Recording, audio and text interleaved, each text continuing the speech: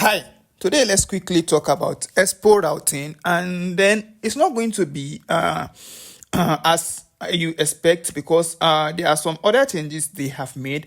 Just as we know, we have React Router for React.js, and there's differences between you using React.js and then using Next.js when you are comparing it to routing part. But I think for the Expo application, it's more of similar let me say characteristics, comparing it to the way it works on Next.js. But don't worry if you don't know Next.js, how the routing works there. It's not a big deal, and it's my job to show you properly how Expo routing works. So in the case of Future, you are going to know how the routing works and know how to structure your file properly. So first thing I did is just run the previous application we have there, and then you can just scan the QR code with your mobile phone, or maybe probably do the way I'm doing. Just copy this, which I want to advise you do, and paste it in your browser.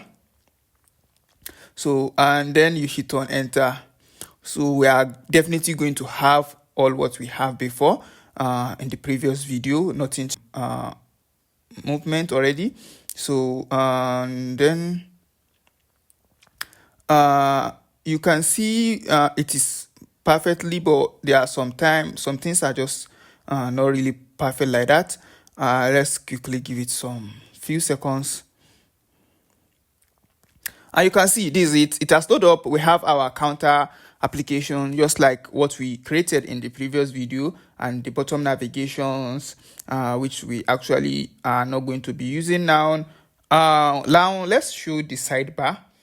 What do you notice? Inside the app folder, which is the parent folder, we have a lot of other folders. Make sure you are putting effort on this app folder. We have 3 more folders: tabs, assets, and components. And then we have 2 files. And inside the asset folder, component folder, we have other files.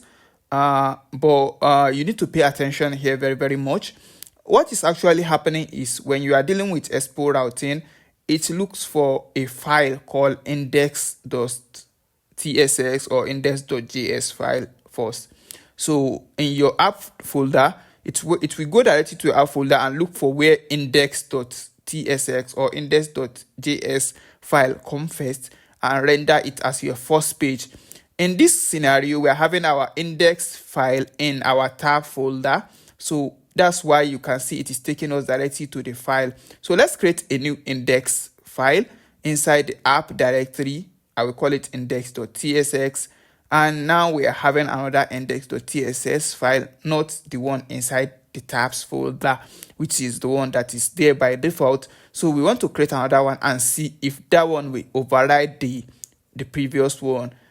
So let's create RNFES, and then we can just quickly change the text and make it to say maybe welcome screen or something like that. So make sure you save, and then by saving we can check the browser and refresh. So let me quickly refresh so it will be able to compile, and you can see just as suggested, now it's rendering our new file that we created, not the tabs folder, not the tabs file. The reason is it's go and check the whole app directory, and the first index.tss file it sees it will consider it as the first page.